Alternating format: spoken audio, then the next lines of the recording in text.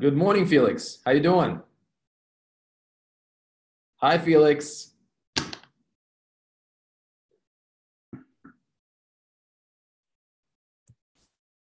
Hi, Felix. I came. There we are. I can hear you. Hey, Felix. I've been trying to get your attention for the last 10 minutes, Felix. Oh, well, there you go. Now I feel special. Oh, my goodness gracious. Okay, wonderful. Excellent. How's everybody doing this morning? Good. Look at this. We got all the top performers. I am so blessed. Hey, I wanna start off with a conversation that Julie, Melissa, and I had yesterday evening before we left for the day, and that had to do with not able to find properties for our buyers, right? So we go out there, we show them homes, and we're just having a hard time getting those buyers to write an offer, or when they actually like something, that house is already gone, okay? And I think, Julie, correct me if I'm wrong, Melissa mentioned a couple of people, and one of them was Felix, correct? Correct.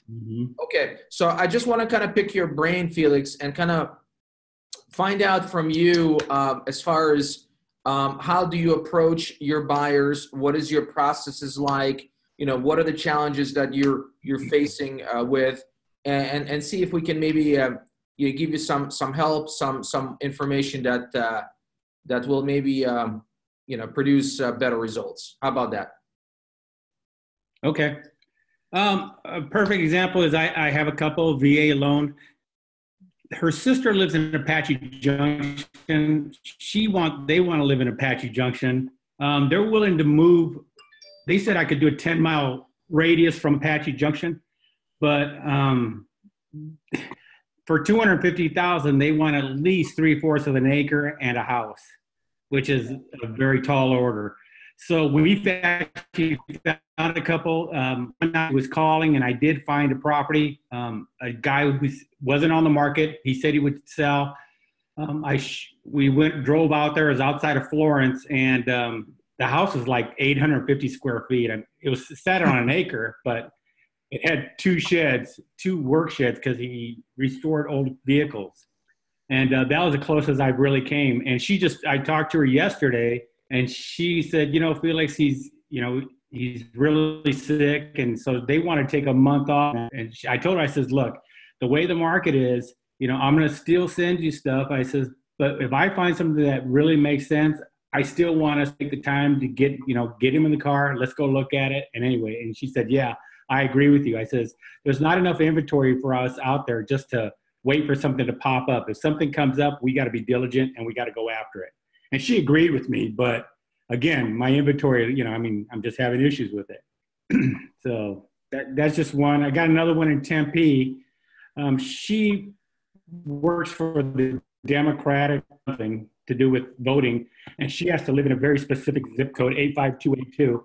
Same thing though. She wants a 4-bedroom for $250 or less, detached. And again, those are far and few between. I can find them, but they're pretty beat up. She wants them moving ready. So those are just some of the challenges I'm having. Okay. All right. So going back to the one that in Apache Junction, where they live right now? Do they live in a house, in an apartment? Do they rent? Do they own? I mean, what's their situation?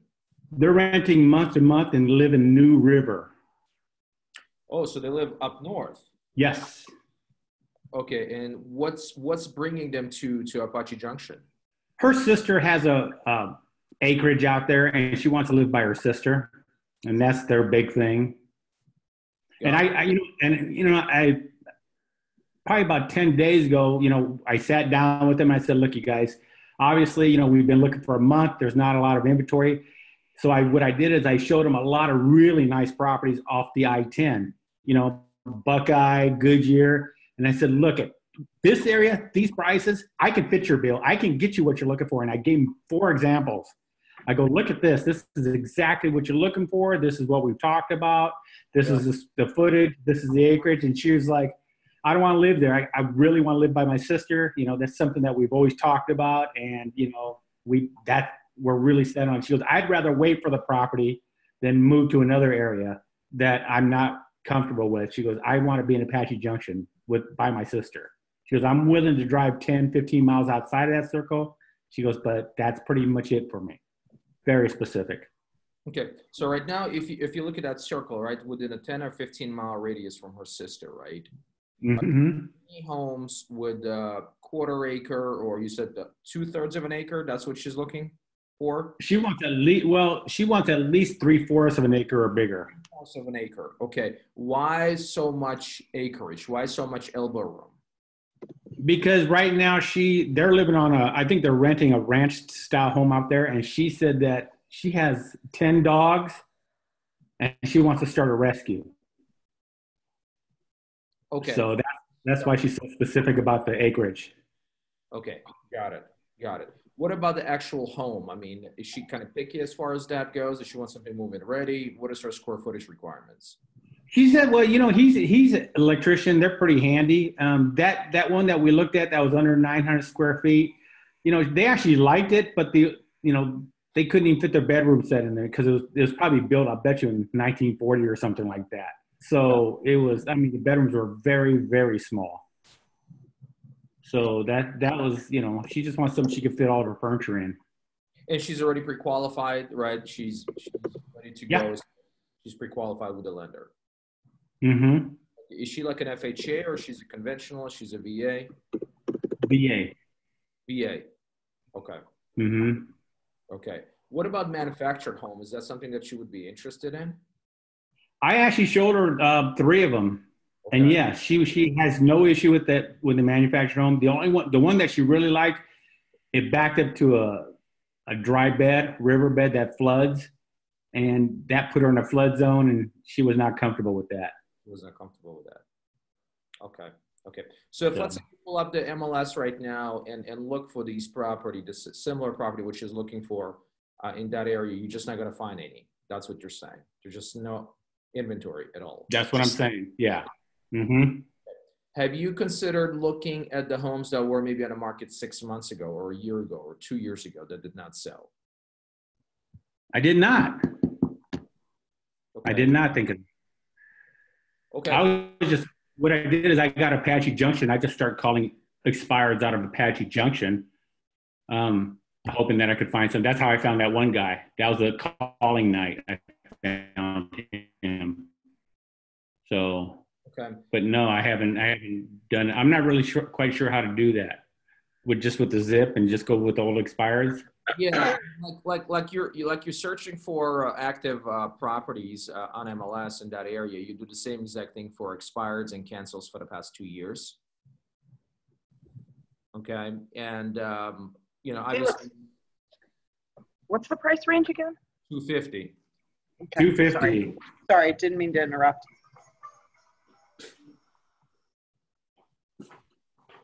250. So here's what I would do. All right, and I've done this before. I did a search of that neighborhood. What I used to do is the neighborhood, but in your situation, you can be as vast as 10, 15 minutes within a radius. Okay, and right. You look up every home in AJ that was on the market but did not sell in the past 24 months. You probably get about 100 of them, if not even more. Wow. Okay.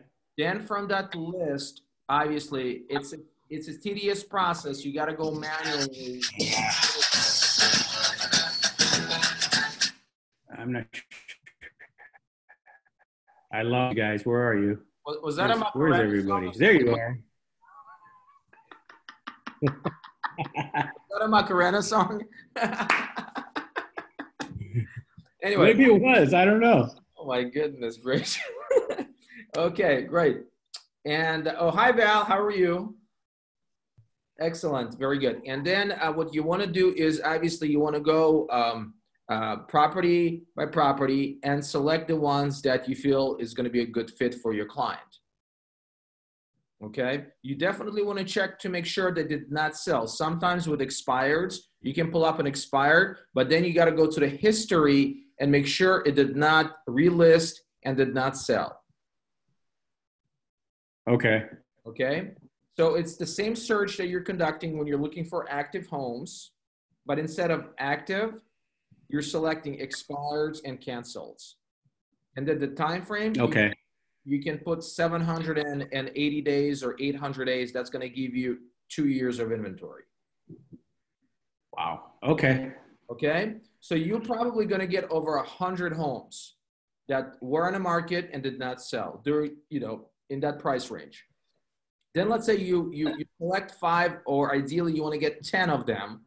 Okay. Then what we can do is we can pull the phone numbers, the cell phone numbers for those homeowners for you. Okay.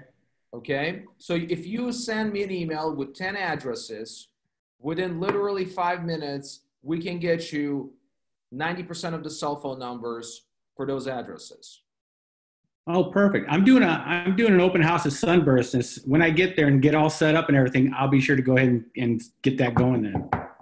Okay. So that's one way, right? That's one option. The second option, have you checked Zillow and see if there are any for sale by owner properties in that area?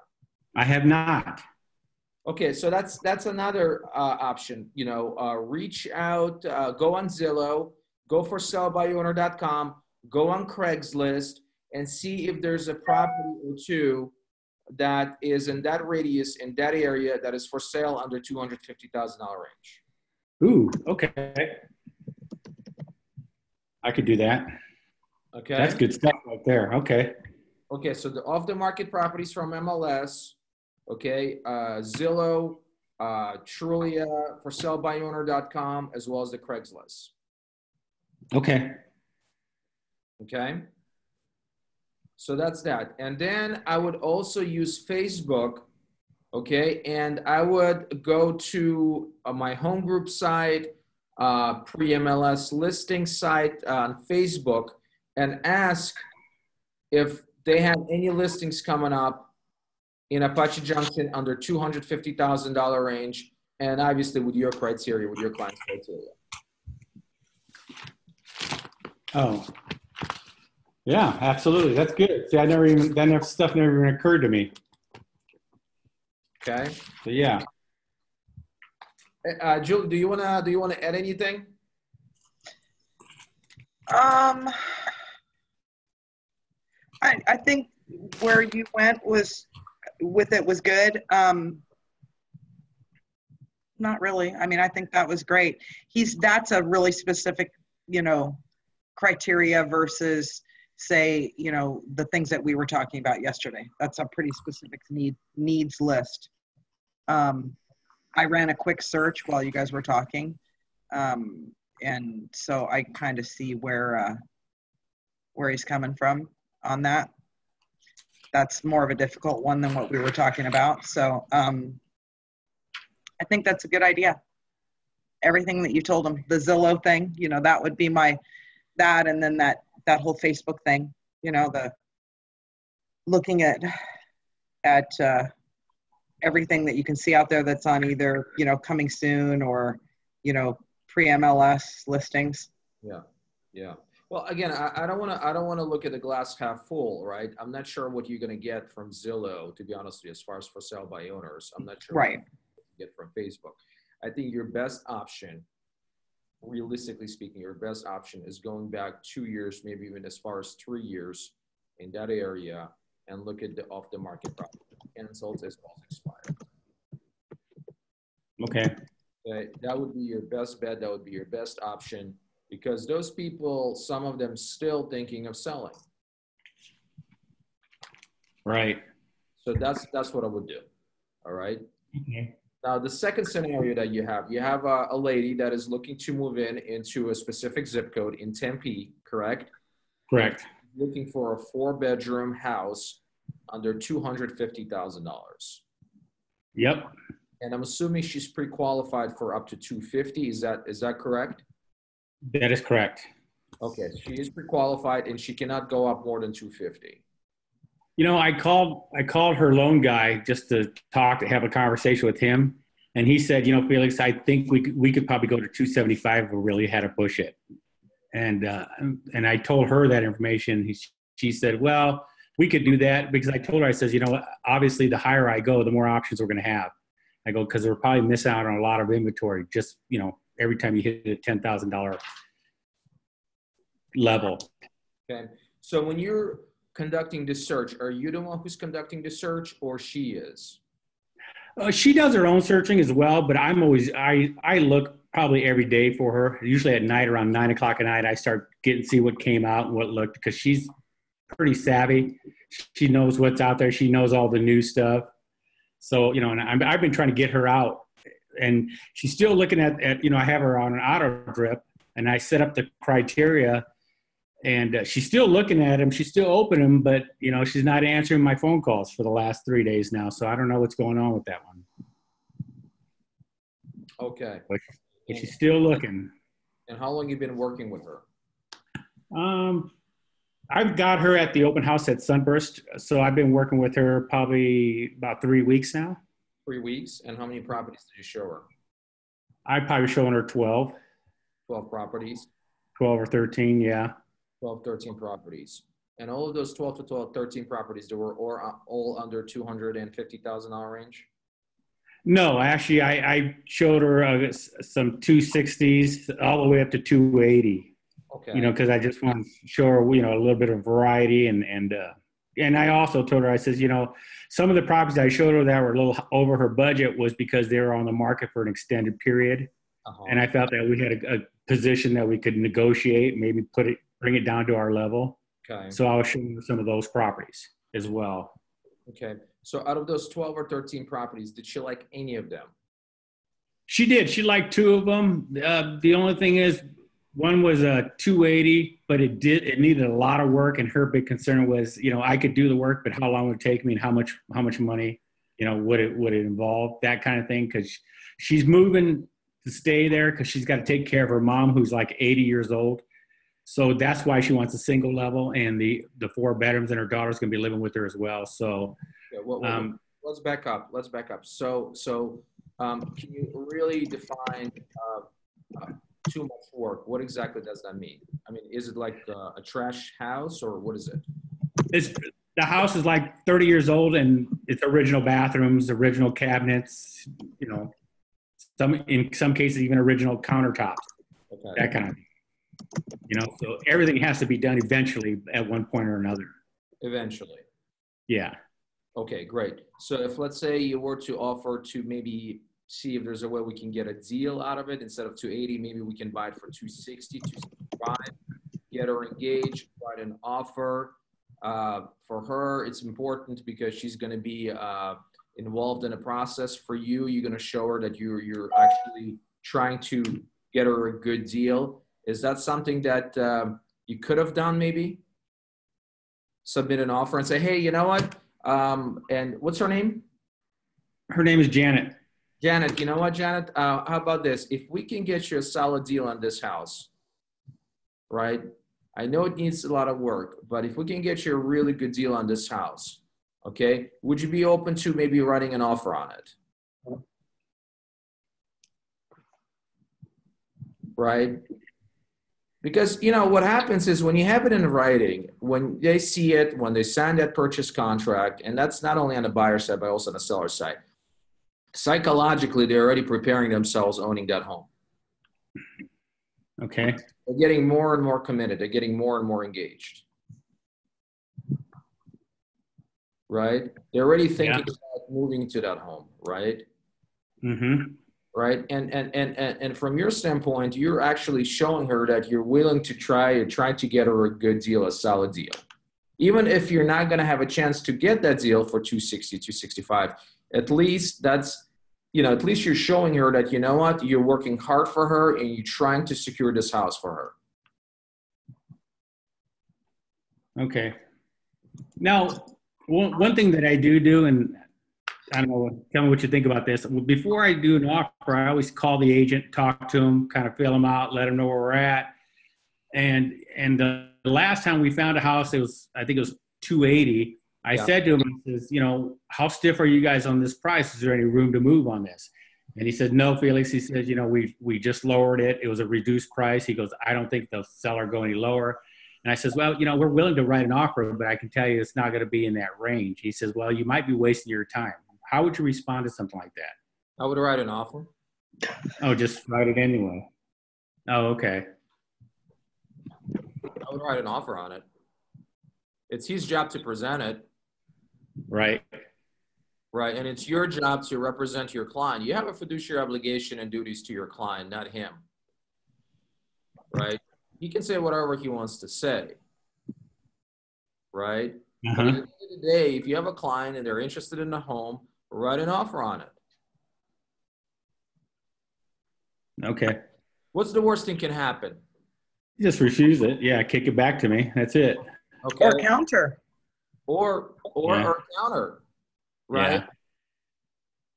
I mean, the ultimate decision is the seller's. And if an offer gets in front of them and it looks attractive to them, whether it's like the closing date or not asking for a lot of concessions, you never know how they're going to respond until it's in front of them. Well, let me ask you this, Felix. How much were they asking for the house? $280. Okay. And how much was she offering? She was thinking $260. Okay. And because it needs work. Yeah, everything needed to be done. Okay. And what were the comps? The comps are probably right around the 270, 280 range. They weren't that far off the mark. A house right down the street had sold like for 295, but it had a little bit nicer floors in it. It was a little bit nicer. So hold on a second. So there was a house that sold for 295, had nicer floors. Mm-hmm.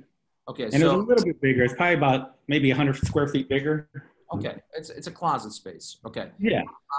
So let's say if she would get that home for 270, 275, spend $10,000 on the floors, would you say that house now worth 290, 295? I think you'd be pushing it, but you could say that. Okay. So if she would spend $10,000 and get $10,000 more just doing the floors, don't you think it's a solid deal for her? If she buys it for $275, spends $10,000 on the floor and sells it for $295, obviously no commissions, no nothing. She already made $10,000. In other words, she has additional $10,000 in equity. Right. Yeah, that's providing she has the $10,000 to put into it, though, right? If she doesn't have the $10,000, are the floors something that, for instance, need to be replaced right away? No. They had a couple of chip tiles in it, but no. But my point I'm making is the fact that if you present it to her in a way, and what is her name again? Janet. Janet, look, there is a comp sold in the same neighborhood with a better flooring for $295.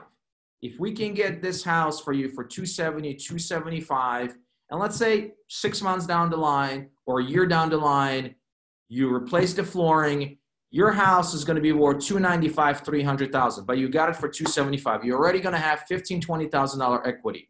Is that something that you would be interested in? Oh, see, I like that. Okay. Mm-hmm. Let me ask you another question. Is she currently renting?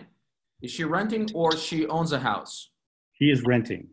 Okay. Did you ask her how much she's paying on a monthly basis? She is paying $1,000 a month. $1,000 a month. So every single month that she's looking for a home, she's throwing $1,000 away, correct? Right. So that's $3,000 in 3 months, $6,000 in 6 months, and $12,000 in the next 12 months, correct? Correct. In the meantime, the prices are going up or going down? Up. In the meantime, the interest rates are going up or going down? Up. So by her waiting and waiting and waiting and waiting, is that going to benefit her or it's actually going to be a detriment to her? I actually had that conversation with her before, and I told her, I says, if you pay attention to the market, it's going to be going up. The prices, obvious. She already knows the prices are going up as well. So, yeah. Okay. So what is our job as an agent, as a real estate agent? Is to educate them and let them know what is in their best interest. Okay. In their best interest. Do you think getting that house for $275 was in the best interest of her, especially if there's a comp there for $295? Yes, I did. Okay. Did you relay that to her? I felt I did, but I don't think I did it in the manner that you did. I mean, you kind of laid it out a little bit better, you know.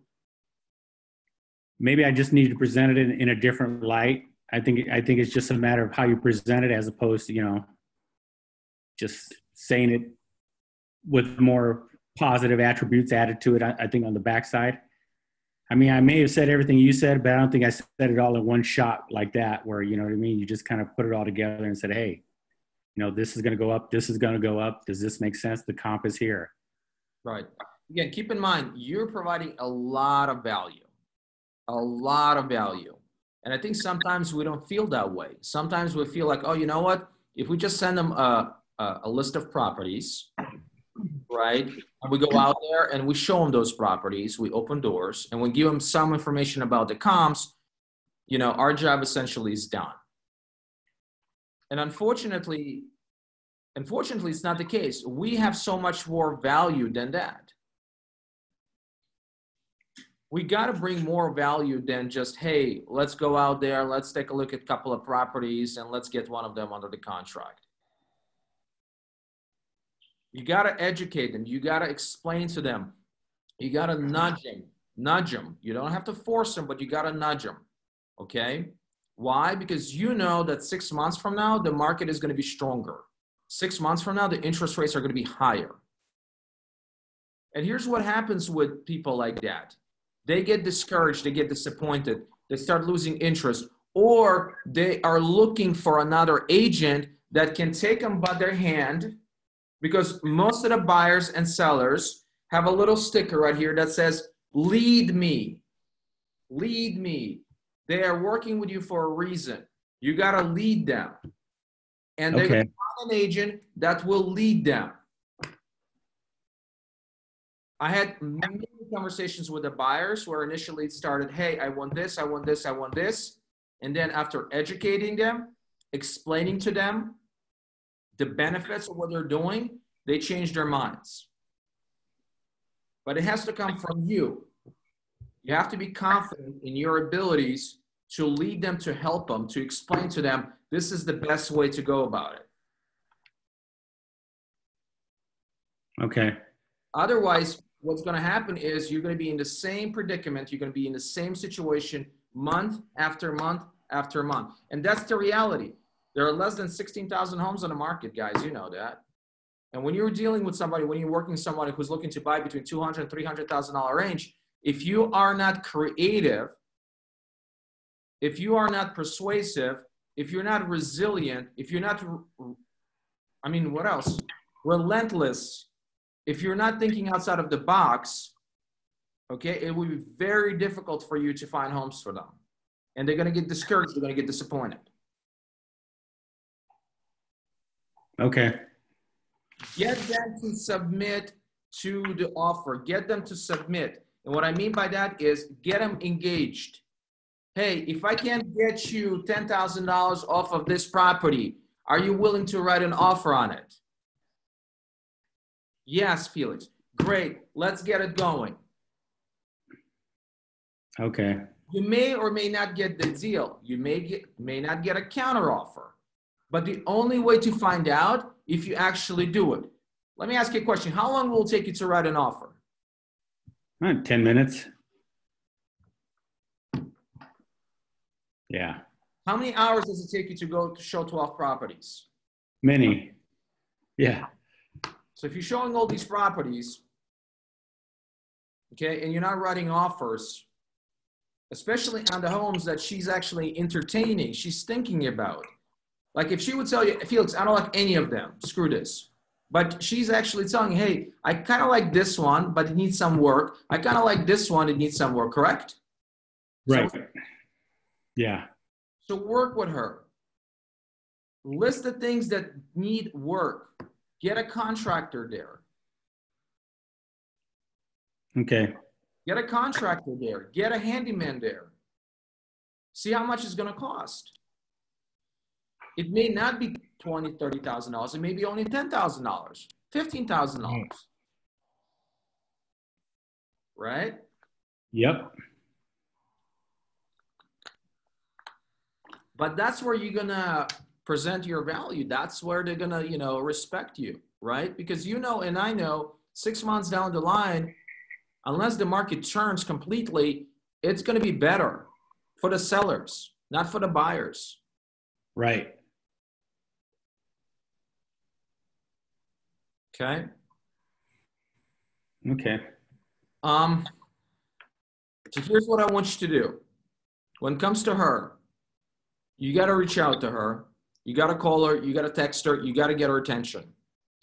You got to look for those off the market properties. Again, like we did with AJ. Okay. You also want to go back to the same properties that she showed interest and say, look, let's talk about the one for the one that was for 280. Is it still available? It was as of 3 days ago, yes. So Okay. I'm going to say probably, yeah. Check on it, see if it's still available. Go back Okay. and say, look, I think we can get a better deal. And here's the comp for $295 with the updated flooring. So if we can get it for $270, $275 with updated flooring, you're still going to have about $15,000 to $20,000 in equity. Okay.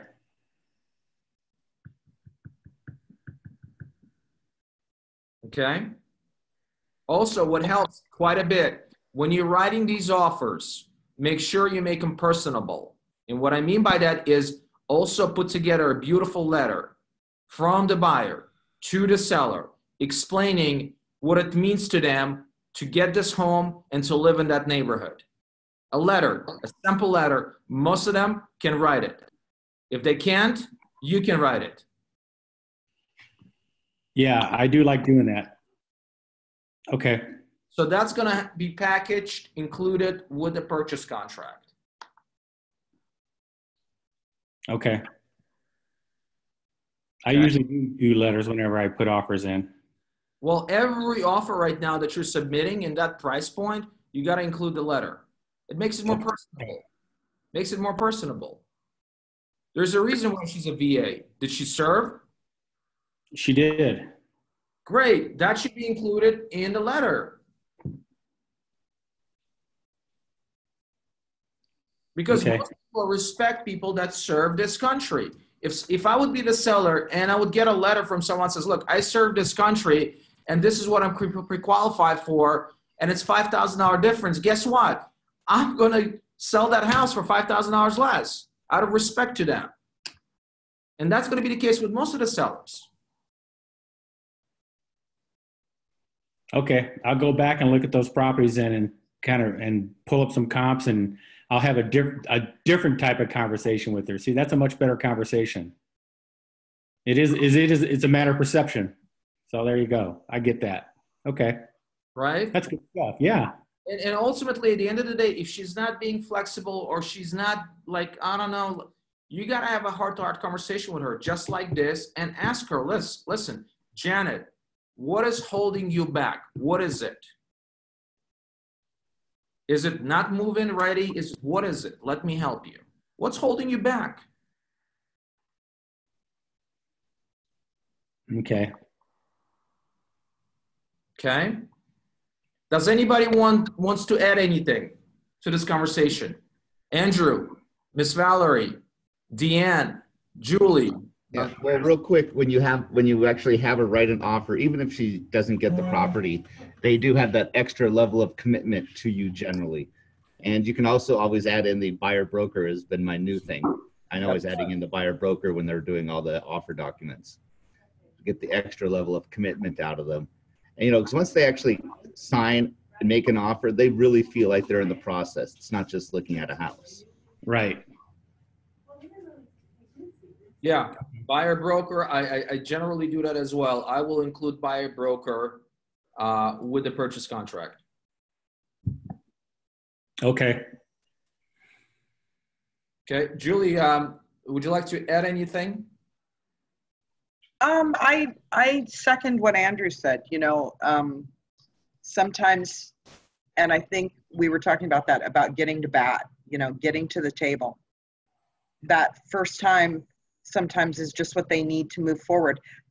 Sometimes they're fearful of, so many buyers are fearful of rejection, you know, oh, that my offer is not going to be high enough. Oh, they're just going to laugh at me, or why am I even wasting your time? They say that a lot. I don't want to waste your time, but they're not wasting our time. This is what we do. And we have to make sure that we express that a lot, that we're here for you and we're going to do what it takes to get it done.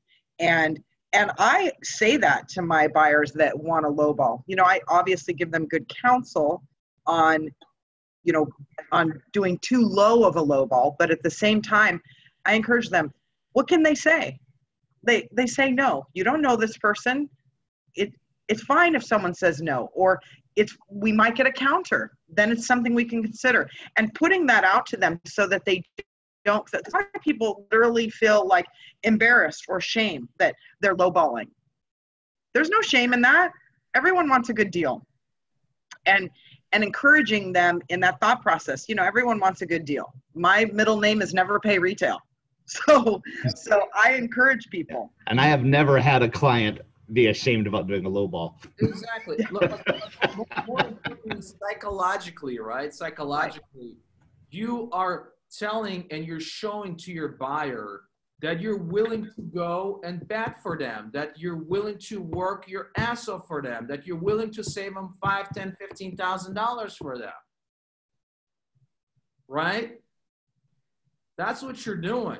Deep down inside, you're thinking, okay, I may not get this deal. That's fine, but that's not the way you're thinking. You're giving them hope, which is a good thing because they're not seeing a lot of hope nowadays with being priced out.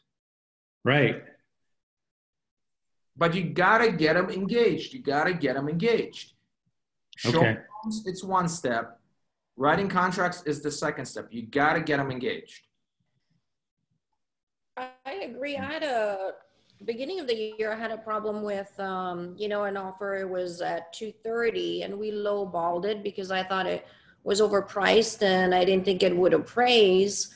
There was another offer on the table, Felix, even, you know, the agent told me that, but what I did is I played on the emotional side of it and did mention to the listing agent, hey, my clients, you know, they're young family, they just adopted 2 kids. Guess what? We got to counter back. The seller chose the buyers because in his personal life, he adopted his daughter. And even though the other offer was higher, it played on the emotional side of it. And he countered and we went full price and that was fine with my clients. And they're like, to this day, they're like, wow, I can't believe you got that, you know? So you got to play kind of on the emotional. If you can play an emotional card and it gets forwarded to the seller, you have a better chance. And right. Also, you know, going along with that and what Alan said, doing that personal letter. I mean, it's not my personality to ever write or care about those letters, but I've done them on several offers, especially if you are lowballing or if you think there is going to be a lot of competition on the house. They are really important to do at that stage. Okay. And another thing that Alan said and that I echo is the fiduciary. You know, we have a fiduciary, but at the same time, that listing agent has a fiduciary to present all offers. Right. And I've had properties where I thought my client was really strong on their price, but ultimately it's the seller's decision which offer he accepts, not the agent's decision. And you never know what that seller might accept. And until you get the offer in, you'll never find out. Nice. I get my own private training session. This is awesome. Let's do this every Tuesday. Let's lock everybody else out. Let's just keep this little mind group going, shall we? I love it. A little mastermind. That's right. I sent you some listings. Yeah, because I found, by the way. Yeah. Thank you, dear. You're welcome. Yeah, and it does go back to don't ever believe always what the seller's agent says. I put offers in. I had one where we got accepted. An agent told me after, she was like, look, I'm shocked that my seller accepted your offer. She told me X number was her absolute bottom line. She would not do a penny under that, and we were way under that price. She's like, I'm shocked my seller took it, and we haven't been on the market that long. So you never know what's going to happen. You never know. I had that situation with the 58th Avenue property in Arrowhead Lights. We listed it for $590, I believe. Yeah, $590. $590, and he said my bottom line price. I suggested $575. He said, no, my bottom line price is $575. Guess how much we sold it for? How much? $495. Yep. Wow. Really? And by the way, the initial offer from these people came in at $450. I still presented it. Wow. We closed the deal for $495. They sold it. You see? So even the sellers will tell you one thing, and then it will be a completely different thing at the end of the day. When they have that purchase contract in front of them, it's different, especially when they're in need of money or they have a project coming up, whatever it is. My guy in Goodyear, the one that I just closed recently, it was a VA buyer, and he was, you know, he had a new build in its contingency period where he needed to get his house under contract, and the appraisal came in low. We did eventually get the buyer to come in with some cash, but he had said there was no way he was selling less than 280, and he really didn't need the new house, and if he had to lose it, he would lose it, and he took the offer at 266.5, and we closed the deal. So Yeah, for $290, correct? 285 it was listed for. Right. So $20 less. yeah. Okay. And he See, said for 2 months, I'll never take anything less than 280. And then he took it. So. Okay. All right, guys. Well, I hope this, Felix, was helpful. It was very helpful. Thank you. I feel like I've got a whole fresh batch of tools here. That's good stuff. Awesome. Very good. And I'll post this video on our team page on Facebook. So whoever did not have a chance to join us will be able to see it as well. Perfect. All right. All right. Thanks Thank for the you so help, much, guys. I appreciate it.